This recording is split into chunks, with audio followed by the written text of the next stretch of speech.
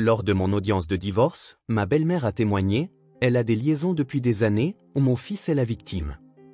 Le juge avait l'air inquiet. Ma belle-sœur ajouta, les trompeurs détruisent les bonnes familles. Puis ma fille de 7 ans sortit son téléphone et dit, Grand-mère, dois-je montrer au juge les vidéos de qui trompe vraiment? La salle d'audience resta bouche bée.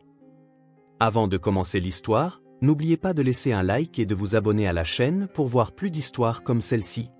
J'étais assise, figée, dans la salle d'audience du tribunal des affaires familiales, tandis que ma belle-mère pointait son doigt manucuré vers moi et déclarait « Mon fils, Victor, a toujours fait preuve d'une loyauté sans faille, alors que cette femme détruisait notre famille avec ses liaisons. » L'expression de la juge s'est durcie en m'étudiant.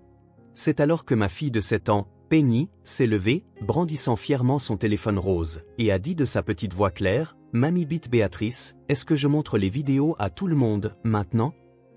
Un silence de mort s'est abattu sur la salle d'audience. Toutes les têtes se sont tournées vers ma petite fille, debout dans sa robe violette à marguerite blanche, celle qu'elle avait choisie elle-même ce matin-là. En moins d'une seconde, le visage de Bit Béatrice est passé d'une supériorité assurée à un choc total. Sa bouche s'est ouverte et fermée comme un poisson hors de l'eau, aucun son en sortant. « De quelle vidéo parles-tu, ma chérie ?» a demandé la juge Harrison, se penchant en avant avec un intérêt soudain. Penny a regardé droit dans les yeux sa grand-mère, puis son père, qui s'était à moitié levé de sa chaise. Celles où papa et mademoiselle de Ciré s'embrassent chez mamie. J'en ai plein. Victor a frappé la table de sa main. C'est ridicule. Ce n'est qu'une enfant. Elle ne comprend pas ce qu'elle dit. Mais Penny n'avait pas terminé. Elle a déverrouillé son téléphone en un glissement de doigts, avec l'assurance d'une génération élevée à la technologie. J'ai aussi celle où tu disais que maman était stupide et ennuyeuse. Papa, tu riais avec tant Gwendaline en disant que la juge croirait tout ce que mamie dirait. Je m'appelle Melinda, et jusqu'à il y a 8 mois, je croyais avoir épousé la famille parfaite. Les Sterling étaient la royauté du Connecticut, une vieille fortune enveloppée dans de nouvelles ambitions. Mon mari, Victor, était le fils prodige, un promoteur immobilier à succès qui portait des costumes de créateur et conduisait une Tesla. Sa mère, Bit Béatrice, régnait sur leur cercle social avec une main de fer dans un gant de velours. Sa sœur, Gwendaline, était la mondaine parfaite, mariée à un banquier, vivant dans un manoir qui semblait tout droit sorti d'un magazine. Et puis il y avait moi, l'institutrice d'école primaire qui était tombée amoureuse du prince charmant, sans réaliser que j'entrais en fait dans un conte de fées écrit par les frères Grimm, où les sorcières gagnent et la princesse finit sur le bûcher. Debout dans cette salle d'audience, regardant ma fille de 7 ans détruire à elle seule leur mensonge soigneusement construit, j'ai réalisé qu'elle avait plus de courage dans son petit doigt que toute la famille Sterling réunie. Elle n'était pas censée être là aujourd'hui. La juge avait initialement statué que les enfants ne devaient pas être présents lors des procédures de divorce. Mais lorsque mon avocate a déposé une requête d'urgence indiquant que Penny détenait des preuves cruciales, la juge Harrison a fait une exception. Votre honneur, la voix de Bit Béatrice s'est brisée alors qu'elle tentait de reprendre le contrôle. L'enfant a manifestement été endoctriné. Melinda lui a monté la tête avec des mensonges pour la retourner contre son père. Penny secoua solennellement la tête. Personne ne m'a dit d'enregistrer quoi que ce soit, mamie. J'ai commencé à le faire moi-même quand je t'ai entendu dire à Madame Peton au Country Club que maman était une moins que rien et que tu avais hâte de te débarrasser d'elle. La juge a levé la main pour demander le silence. Mademoiselle, Penny, c'est bien ça? Voudriez-vous vous approcher et me montrer ce qu'il y a sur votre téléphone? Alors que Penny se dirigeait vers l'estrade, ses baskets lumineuses clignotant à chacun de ses pas, j'ai surpris l'expression de Victor. Sa suffisance avait disparu, remplacée par quelque chose que je n'avais jamais vu auparavant. La peur. Une peur viscérale. Son avocat lui chuchotait frénétiquement à l'oreille, mais les yeux de Victor étaient fixés sur notre fille. Huissier, veuillez connecter le téléphone de l'enfant au système d'affichage de la salle, a ordonné la juge Harrison. Ma belle-sœur, Gwendaline, s'est soudainement levée du public. C'est une violation de la vie privée. Vous ne pouvez pas montrer des conversations privées sans consentement. Asseyez-vous, mademoiselle Sterling, a ordonné la juge. Si ces vidéos contiennent des preuves relatives à un parjure commis dans mon tribunal, elles peuvent absolument être visionnées, et elles le seront. C'est à ce moment-là que j'ai su que tout allait changer. La famille Sterling était entrée dans cette salle d'audience en s'attendant à me détruire. Ils avaient leur histoire parfaitement répétée, leurs mensonges synchronisés, leurs avocats coûteux prêts à me dépouiller de tout, y compris de ma fille. Ce qu'ils n'avaient pas prévu, c'est que leur victime parfaite documentait leurs crimes depuis le début. Et elle n'avait que 7 ans. 8 mois avant ce moment au tribunal, je pensais avoir la vie parfaite. Victor et moi vivions dans une belle maison de style colonial à Westbridge, dans le Connecticut, avec des volets noirs, un porche qui en faisait le tour et des jardins qui fleurissaient de roses chaque printemps. Chaque matin, je me réveillais à 6 heures, préparais le petit déjeuner pour ma famille, et regardais Victor ajuster sa cravate dans le miroir du couloir pendant que Penny mangeait ses œufs brouillés sur l'îlot de la cuisine. C'était la vie dont je rêvais quand j'étais petite, grandissant dans un appartement exigu avec ma mère célibataire. Les dîners du dimanche au domaine de Bit Béatrice étaient obligatoires. Le complexe familial des Sterling s'étendait sur 2 hectares de terrain parfaitement entretenus, avec une maison principale qui ressemblait à quelque chose tiré d'un magazine immobilier de luxe. Béatrice nous accueillait à la porte, vêtue de robes de créateur et de colliers de perles qui coûtaient plus que mon salaire annuel d'enseignante. Elle se penchait pour des bises dans le vide, sans jamais vraiment toucher ma joue, tandis que ses yeux menaient une inspection complète de mon apparence. « Melinda, ma chère », disait-elle ce dimanche de février en particulier, examinant ma simple robe bleue de chez Target. « Victor travaille si dur pour subvenir à tes besoins et à ceux de Penny. Peut-être pourrais-tu investir dans quelque chose de plus approprié pour les réunions de famille. Les premières impressions comptent, même en famille. » Victor ne me défendait jamais. Il se contentait de me serrer la main sous l'immense table de la salle à manger et de murmurer « Tu sais comment est maman. Elle part d'une bonne intention. » Mais était-ce vraiment le cas? Chaque dîner suivait le même schéma. Bit Béatrice servait des repas élaborés de 5 plats dans une vaisselle qui appartenait à la famille Sterling depuis des générations, tout en faisant des commentaires acerbes sur mes choix de carrière. « Enseigner est un travail si noble, disait-elle, son ton suggérant tout le contraire. Bien que je ne puisse imaginer pourquoi tu choisirais de passer tes journées avec les enfants des autres alors que tu pourrais te concentrer sur l'éducation de Penny et soutenir la carrière de Victor. » Gwendaline était pire, à sa manière. Tandis que Bit Béatrice maniait l'agression passive comme un scalpel, Gwendaline préférait la manière forte. Elle me coinçait dans la cuisine pendant que j'aidais à débarrasser les assiettes, sa manucure française parfaite tapotant contre son verre de vin tandis qu'elle dispensait des conseils non sollicités. Un homme qui réussit comme Victor a besoin d'une femme qui comprend les règles du jeu, a-t-elle dit ce soir de février, me barrant le chemin vers l'évier.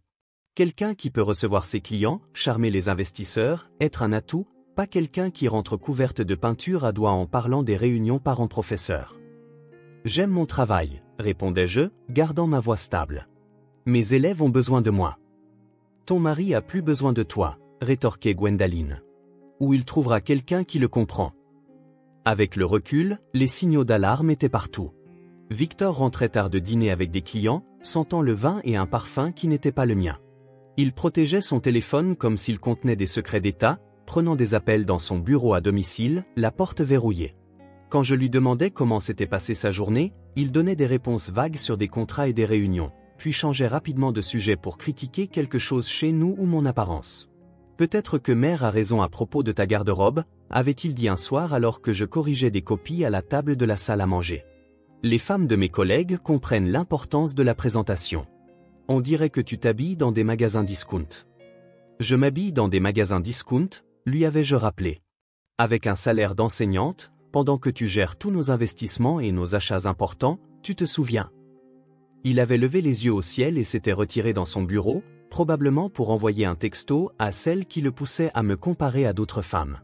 Mais je suis resté. J'ai trouvé des excuses. Tous les mariages connaissent des moments difficiles, me disais-je. Il était stressé par le travail. Sa famille partait d'une bonne intention. Les choses s'amélioreraient une fois son dernier projet de développement terminé. Je me suis plongé dans mon enseignement, trouvant de la joie dans les réussites de mes élèves de CE2, leurs blagues idiotes, leurs cartes faites à la main qui disaient « meilleure maîtresse du monde » d'une écriture maladroite. Penny était mon encre à travers tout cela.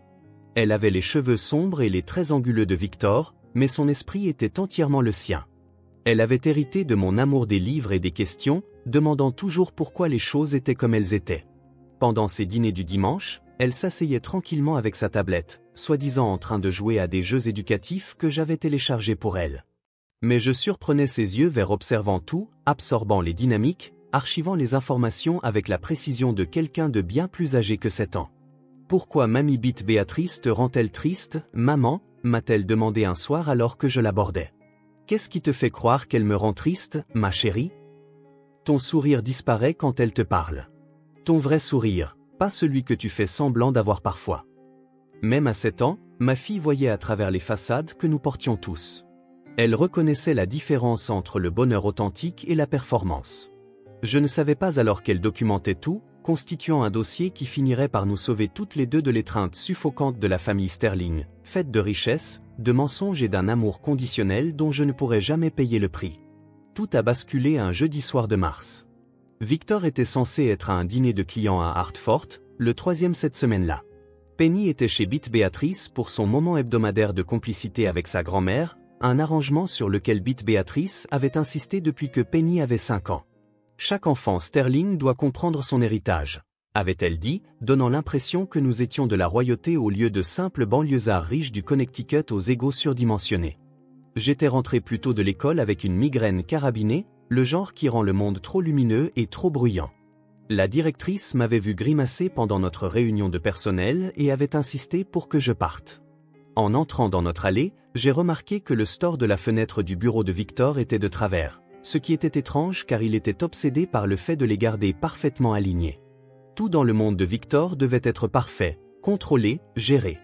J'ai décidé de le redresser, pendant que j'y étais, d'organiser son bureau à domicile pour lui faire la surprise.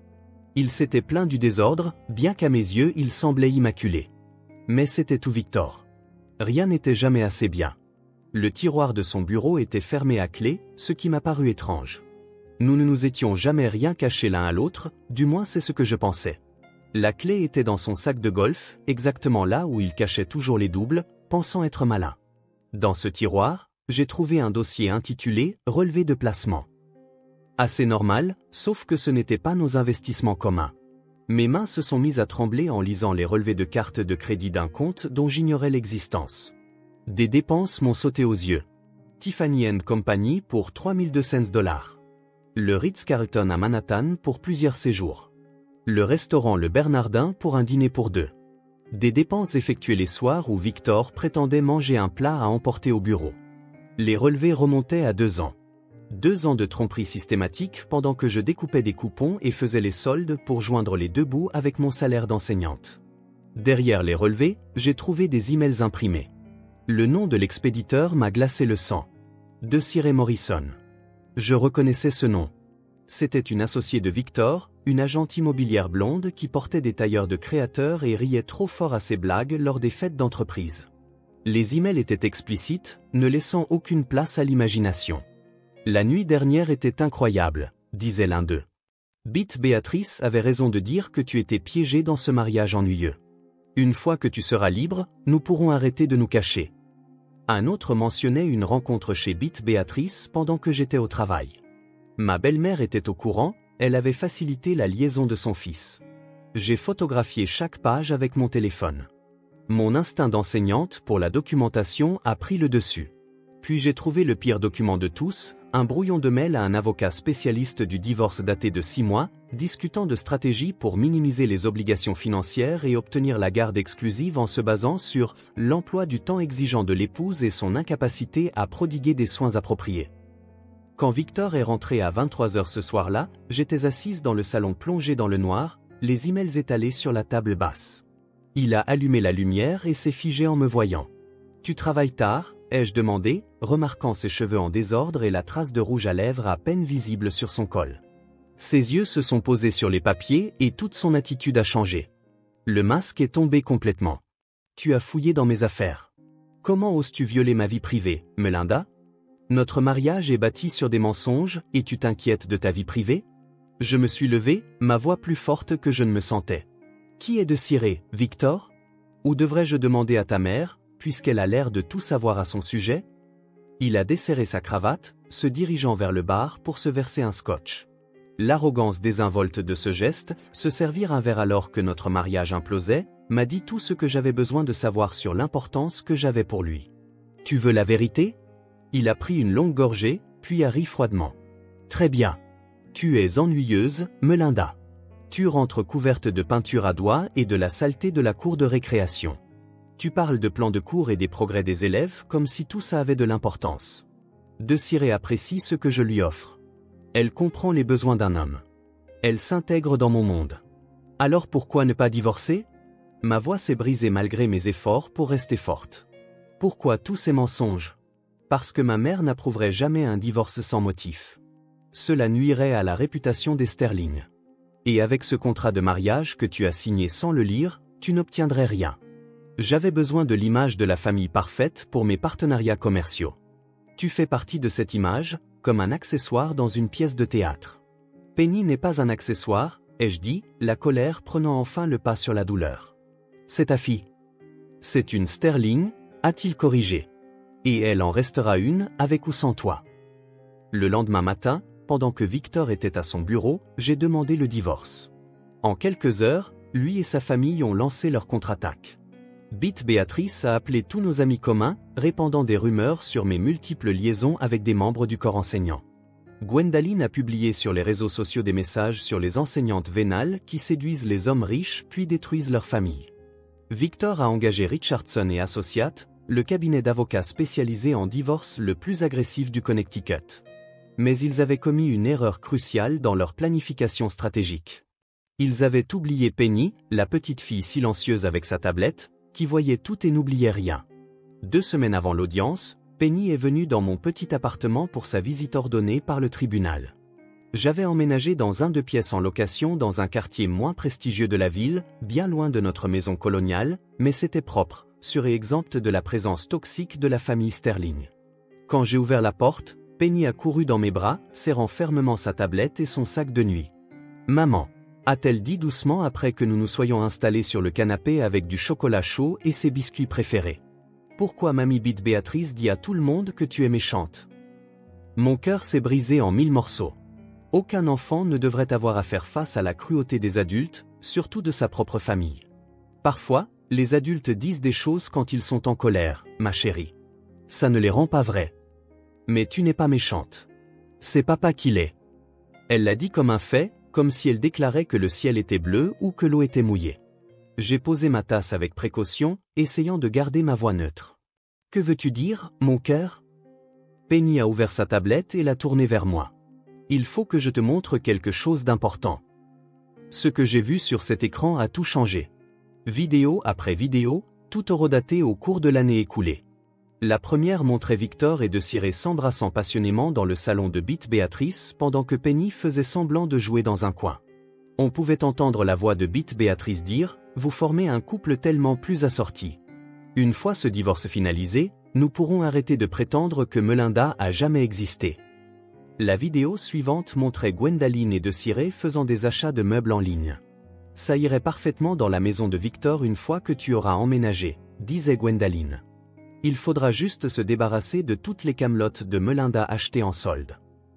Une autre vidéo capturait Victor au téléphone, faisant les 100 pas dans le bureau de Bit Béatrice tandis que Penny était assise, inaperçue, sur le rebord de la fenêtre. Le plan est simple, disait-il. Nous dépeignons Melinda comme une épouse infidèle, mentalement instable à cause du stress au travail. Mère et Gwendaline témoigneront l'avoir vue avec d'autres hommes. La juge m'accordera tout, y compris la garde exclusive. Penny, ai-je demandé, peinant à assimiler ce que je voyais.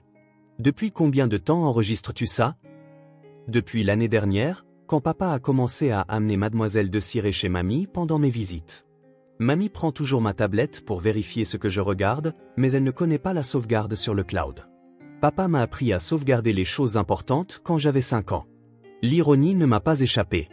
La propre leçon de Victor sur la sécurité numérique avait donné à sa fille les outils pour exposer ses mensonges. Au début, je voulais juste me souvenir des choses, a continué Penny, son petit visage sérieux. Puis je les ai entendus dire des choses méchantes sur toi, prévoir de m'éloigner de toi. C'est là que j'ai su que je devais tout garder. Je l'ai serrée contre moi, submergée par sa bravoure et le cœur brisé qu'elle ait porté ce fardeau seule. Puis-je partager ces vidéos avec mon avocate? Elle a hoché fermement la tête. J'ai fait des copies sur 3 clouds différents. Et j'ai d'autres vidéos, maman. 47 au total. J'ai immédiatement appelé mon avocate, Janet Rodriguez. Elle est venue ce soir-là et nous avons regardé chaque vidéo. Janet, habituellement calme et professionnelle, a eu plusieurs hoquets de surprise. Ça change toute la donne, Melinda. Ils se sont parjurés dans leur déposition. Ces vidéos prouvent la conspiration, l'adultère et les tentatives d'aliénation parentale, mais nous devons être stratégiques pour les révéler. Mon frère Théodore est arrivé le lendemain matin, en avion depuis Chicago, où il travaillait comme comptable judiciaire. Je l'avais appelé après avoir rencontré Janet, sachant que nous aurions besoin de son expertise. Théodore avait toujours été protecteur avec moi, et voir les vidéos a fait se crisper sa mâchoire de fureur contenue. J'ai suivi les mouvements financiers de Victor, a-t-il dit, étalant des documents sur la table de ma cuisine. Il a transféré des actifs sur des comptes offshore, caché de l'argent dans des sociétés écrans. Mais avec les vidéos de Penny établissant la chronologie et l'intention, je peux prouver une fraude financière délibérée. Nous avons passé la semaine suivante à construire méticuleusement notre dossier. Janet a assigné à comparaître des dossiers financiers qui correspondaient aux découvertes de Théodore. J'ai fourni la documentation de chaque fois où Victor ou sa famille avaient tenté d'interférer avec mon travail ou de nuire à ma réputation. 23 témoins de moralité de mon école ont accepté de témoigner de mon dévouement en tant qu'enseignante et mère. La veille de l'audience, Victor m'a envoyé un texto. « Abandonne la procédure de divorce et je te donne 50 000 $ pour que tu disparaisses. Tu ne gagneras jamais contre la famille Sterling. » Je l'ai montré à Janet, qui a souri comme un requin sentant le sang dans l'eau. Il vient d'ajouter la tentative de corruption à sa liste de problèmes. Penny est restée avec moi cette nuit-là, même si ce n'était pas mon tour de garde. Elle s'est glissée dans mon lit vers minuit, son petit corps tremblant. « Tu as peur pour demain ?» ai-je demandé en lui caressant les cheveux. « Non », a-t-elle dit avec conviction. Ça m'a surprise. Ce sont papa et mamie qui devraient avoir peur. Ils ont oublié que les enfants ont des oreilles et que les tablettes ont des caméras. Ils pensaient que j'étais trop petite pour compter. En tenant ma fille dans l'obscurité, j'ai réalisé qu'elle en avait appris plus sur la vérité et la justice en 7 ans que toute la famille Sterling dans leur vie entière. La salle d'audience était bondée de spectateurs, y compris plusieurs journalistes qui avaient eu vent du drame de la famille Sterling. Victor était assis à sa table avec 3 avocats, la mâchoire serrée avec une détermination confiante. Il portait son costume le plus cher, un gris anthracite qui coûtait probablement plus que le loyer mensuel de la plupart des gens. Bette Béatrice et Gwendaline étaient assises juste derrière lui dans le public, habillées comme si elles assistaient à un gala de charité plutôt qu'à une audience de divorce. Leur tenue coordonnée de couleur crème criait la richesse et la respectabilité. L'avocat principal de Victor, Harrison Pike, a commencé avec un talent théâtral. « Votre honneur, nous avons des preuves claires que Madame Sterling a eu de multiples liaisons tout au long de son mariage. Elle a été vue avec divers hommes lors d'événements scolaires, négligeant ses devoirs d'épouse et de mère. Mon client n'a été que patient et indulgent, mais trop c'est trop. » Puis Bette Béatrice est venue à la barre. Sa performance était digne d'un Oscar. Elle tamponnait ses yeux avec un mouchoir qui coûtait probablement plus que mes courses de la semaine. « Mon pauvre fils a tout donné à Melinda, votre honneur. Une belle maison, la sécurité financière, un statut social. Et comment le remercie-t-elle ? En couchant avec des collègues enseignants pendant que mon fils travaille 80 heures par semaine pour subvenir aux besoins de sa famille. Je l'ai personnellement vu avec différents hommes lors d'événements scolaires, riant et les touchant de manière inappropriée. Pouvez-vous donner des exemples spécifiques ? A demandé la juge Harrison en prenant des notes. Le mois dernier, lors de la collecte de fonds de l'école, elle était pratiquement suspendue au bras du professeur de sport, a dit Bette Béatrice avec aisance. Et le professeur de musique ? Ils partent ensemble tous les mardis. C'est honteux. Elle a détruit la réputation de notre famille dans la communauté. Gwendaline a suivi avec son propre témoignage, chaque mot dégoulinant d'un mépris étudié. Les tricheuses comme Melinda ne méritent rien, votre honneur. Elle n'a montré aucun respect pour la sainteté du mariage. Mon frère Victor est la vraie victime ici. Il a maintenu sa dignité tout au long de cette épreuve. Pendant qu'elle paradait avec ses amants en ville. L'expression de la juge Harrison est devenue de plus en plus sévère en me regardant. Victor rayonnait pratiquement de sa victoire anticipée, calculant déjà mentalement ses gains. Ses avocats hochaient la tête, confiants dans leur attaque chorégraphiée. Puis Janet Rodriguez, mon avocate, s'est levée. « Votre honneur, nous aimerions présenter des preuves qui contredisent directement ces témoignages. Nous appelons Penny Sterling à présenter des preuves documentées. » « Objection » a crié Pike. « Un enfant ne peut pas fournir un témoignage fiable, surtout un enfant qui a été briefé par sa mère. »« L'enfant ne témoigne pas » a clarifié Janet. Elle présente simplement des preuves vidéo qui parlent d'elle-même. La juge Harrison a réfléchi. Je l'autorise. Procédez. Penny s'est avancée avec un calme remarquable, son téléphone rose tenu fermement dans ses petites mains. Elle portait la robe violette à marguerite blanche qu'elle avait choisie elle-même, ses cheveux sombres ramenés en une queue de cheval que j'avais soigneusement tressée ce matin-là. Votre honneur, a dit Janet. Penny a quelques enregistrements qu'elle aimerait partager. Le sang-froid de Bette Béatrice s'est fissuré. C'est ridicule. Elle a 7 ans. Penny s'est tournée vers sa grand-mère avec un calme qui a semblé déstabiliser tout le monde. Mamie Bette Béatrice, est-ce que je montre à la juge les vidéos de papa et mademoiselle de Ciré s'embrassant dans ton salon, ou celle où vous planifiez le mariage avec elle en traitant maman de stupide? Le visage de Bette Béatrice s'est vidé de son sang si vite que j'ai cru qu'elle allait s'évanouir. Victor s'est levé d'un bond, sa chaise raclant bruyamment le sol. Ce sont des faux. C'est de la manipulation. Huissier, veuillez connecter le téléphone de l'enfant au système d'affichage, a ordonné la juge Harrison, sa voix tranchant dans le chaos. La première vidéo a rempli l'écran de la salle d'audience. On y voyait Victor, aussi clairement que le jour, dans une étreinte passionnée avec Desiree Morrison dans le salon orné de Bette Béatrice. La voix de Bette Béatrice retentit joyeusement. Vous êtes faits l'un pour l'autre. Une fois que nous nous serons débarrassés de cette institutrice ennuyeuse, vous pourrez enfin être heureux. Des murmures d'étonnement ont parcouru le public. La deuxième vidéo montrait Gwendaline aidant Desiree à chercher des meubles en ligne, en disant « Victor mérite quelqu'un qui a de la classe, pas une enseignante d'école publique qui fait ses courses chez Target ». La troisième vidéo était la plus accablante. Victor parlant au téléphone dans le bureau de Bette Béatrice, la juge croira n'importe quoi quand maman témoignera. Nous dépeindrons Melinda comme l'infidèle, mentalement instable, une mère indigne. Elle n'aura rien et j'aurai tout, y compris la garde exclusive de Penny.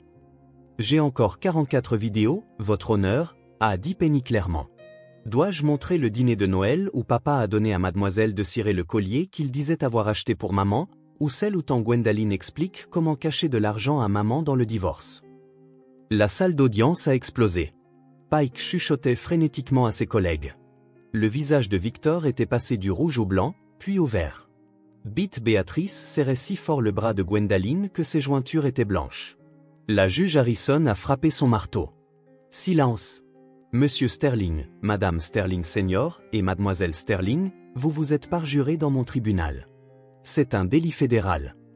Théodore a ensuite présenté ses preuves financières, montrant la dissimulation systématique d'actifs et les transferts frauduleux.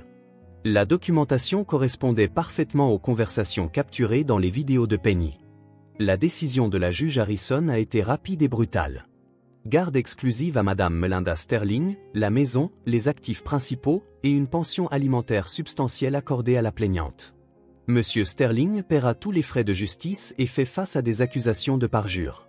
C'est l'un des cas les plus flagrants de tentative de fraude que j'ai vu en 30 ans. Alors que nous quittions la salle d'audience, Victor a tenté d'approcher Penny une dernière fois. Son costume hors de prix était froissé, ses cheveux parfaitement coiffés en désordre, et ses yeux reflétaient un désespoir que je n'avais jamais vu auparavant. Il s'est agenouillé dans le couloir du palais de justice, tendant la main vers notre fille. « Ma chérie, pourquoi as-tu fait ça à papa ?» Sa voix s'est brisée, la façade de l'homme d'affaires confiant complètement brisée. « Je suis ton père. Je t'aime. » Penny l'a regardé droit dans les yeux avec une maturité qui ne devrait pas exister chez une enfant de 7 ans. Tu as menti sur maman. Papa, tu as aussi fait mentir mamie. Tu allais m'enlever à elle. Mademoiselle Fletcher dit que mentir, c'est mal, et faire du mal aux gens, c'est pire. Mademoiselle Fletcher était son institutrice de CE1, une femme qui avait apparemment appris à ma fille plus sur l'intégrité que son père ne l'avait jamais fait. La bouche de Victor s'est ouverte et fermée, mais aucun mot n'est sorti. Pour une fois dans sa vie, il n'avait pas de réponse facile, pas de déviation charmante. Bette Béatrice a tenté d'intervenir, s'avançant les bras tendus vers Penny. « Chérie, tu ne comprends pas ce que tu as fait, » a-t-elle dit, la voix tremblante. « Tu as détruit notre famille. »« Non, mamie, » a répondu simplement Penny. « C'est vous qui l'avez détruite quand vous avez aidé papa à tricher et à mentir. J'ai juste montré la vérité à tout le monde. » En quelques semaines, l'empire Sterling a commencé à s'effondrer. La machine à ragots du country club que Bette Béatrice avait utilisée comme une arme contre moi s'est retournée contre elle avec une délectation venimeuse. On lui a demandé discrètement de démissionner de 3 conseils d'administration caritatifs. Son club de bridge du mardi n'avait soudainement plus de place. Le gala de Noël annuel des Sterling, une tradition depuis 30 ans, a été annulé faute de réponse aux invitations. Le mari de Gwendaline a demandé le divorce dans le mois, citant les vidéos comme preuve de la corruption morale de sa femme et de sa conspiration en vue de commettre une fraude. Il avait apparemment des doutes sur le caractère de sa femme depuis des années, et les vidéos de Penny ont confirmé ses soupçons. Gwendaline est retournée vivre au domaine de Bit Béatrice. 2 femmes amères ruminant leur chute commune. L'entreprise immobilière de Victor s'est effondrée lorsque la nouvelle des accusations de parjure est devenue publique. Ses partenaires commerciaux ont pris leur distance. Les clients ont annulé leurs contrats. Et Desiree Morrison a disparu dès que ses comptes en banque ont été gelés. Elle avait déménagé en Floride, selon les rumeurs, déjà attachée à un autre riche promoteur. Victor m'a envoyé un email 3 mois plus tard pour me demander s'il pouvait voir Penny pour son anniversaire.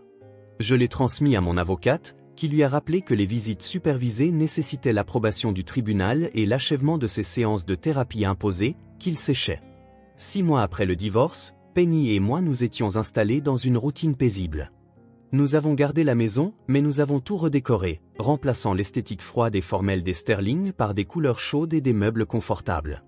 La pièce que Victor utilisait comme bureau est devenue l'atelier d'art de Penny, où elle peignait des tableaux et faisait des bricolages que nous accrochions fièrement sur tous les murs.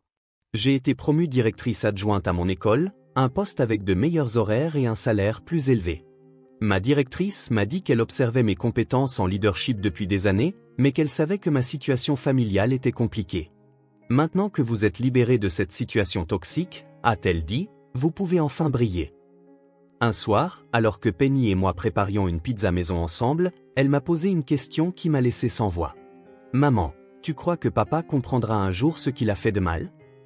J'ai envisagé de mentir, de lui donner le faux espoir que son père pourrait changer. Mais Penny méritait la vérité. Toujours la vérité. Je ne sais pas, ma chérie. Certaines personnes n'apprennent jamais parce qu'elles ne veulent pas voir leurs erreurs. Elles préfèrent blâmer tout le monde. C'est triste, a-t-elle dit, en plaçant soigneusement du pepperoni sur sa moitié de la pizza. S'il avait juste été gentil et honnête, nous pourrions encore tous être une famille. Mais alors, nous n'aurions pas appris à quel point nous sommes fortes, lui ai-je rappelé en l'embrassant sur le sommet de la tête. Tu as défendu la vérité quand les adultes autour de toi mentaient. Cela demande un courage incroyable. 1 an plus tard, j'ai reçu un appel de Théodore. Tu dois voir ça, a-t-il dit, en m'envoyant un lien vers un article. Victor avait été arrêté pour fraude dans un nouveau projet immobilier. Sans l'argent et les relations de sa famille pour le protéger, sa vraie nature avait été exposée. Il risquait 5 ans de prison. Penny, maintenant âgée de 8 ans et encore plus perspicace, a vu la nouvelle sur mon téléphone. « Je suis désolée, maman », a-t-elle dit doucement. « Pourquoi, mon bébé ? Que tu aies épousé quelqu'un qui s'est avéré si méchant. » Je l'ai serré contre moi, respirant l'odeur de son shampoing à la fraise. « Je ne suis pas désolée, car si je ne l'avais pas épousé, je ne t'aurais pas eu. Et toi, ma courageuse et brillante fille, tu vaux tout ce qui s'est passé. » La vie en argent massif des Sterling que j'avais tant désiré n'était que de la poudre aux yeux. Mais le courage de ma fille, son sens inébranlable de la justice, sa bravoure incroyable dans cette salle d'audience, ça, c'était de l'or pur. C'était la fortune qui comptait vraiment. Nous avions appris que la famille, ce n'est pas une question de sang, de maison luxueuse ou d'image parfaite. C'est une question de vérité, de loyauté et du courage de défendre ce qui est juste. Même quand on n'a que 7 ans, avec un téléphone rose et un sens inébranlable de la justice. Victor envoie toujours des lettres de prison pour essayer de renouer avec Penny. Elle les lit, puis les range dans une boîte sous son lit. Comme preuve, dit-elle avec cette même sagesse qui dépasse son âge, juste au cas où il essaierait de mentir à nouveau. Si cette histoire vous a touché ou vous a rappelé que la vérité trouve toujours un moyen de faire surface, veuillez aimer cette vidéo et la partager avec quelqu'un qui a besoin de l'entendre. Votre soutien aide ces histoires importantes à atteindre plus de personnes. N'oubliez pas de vous abonner à notre chaîne et d'activer la cloche de notification pour ne jamais manquer notre prochaine histoire. Et rappelez-vous, parfois les plus petites voix portent les vérités les plus puissantes. Qu'auriez-vous fait à la place de Melinda ? Dites-le moi dans les commentaires ci-dessous. D'ici la prochaine fois, restez forts et continuez à vous battre pour ce qui est juste.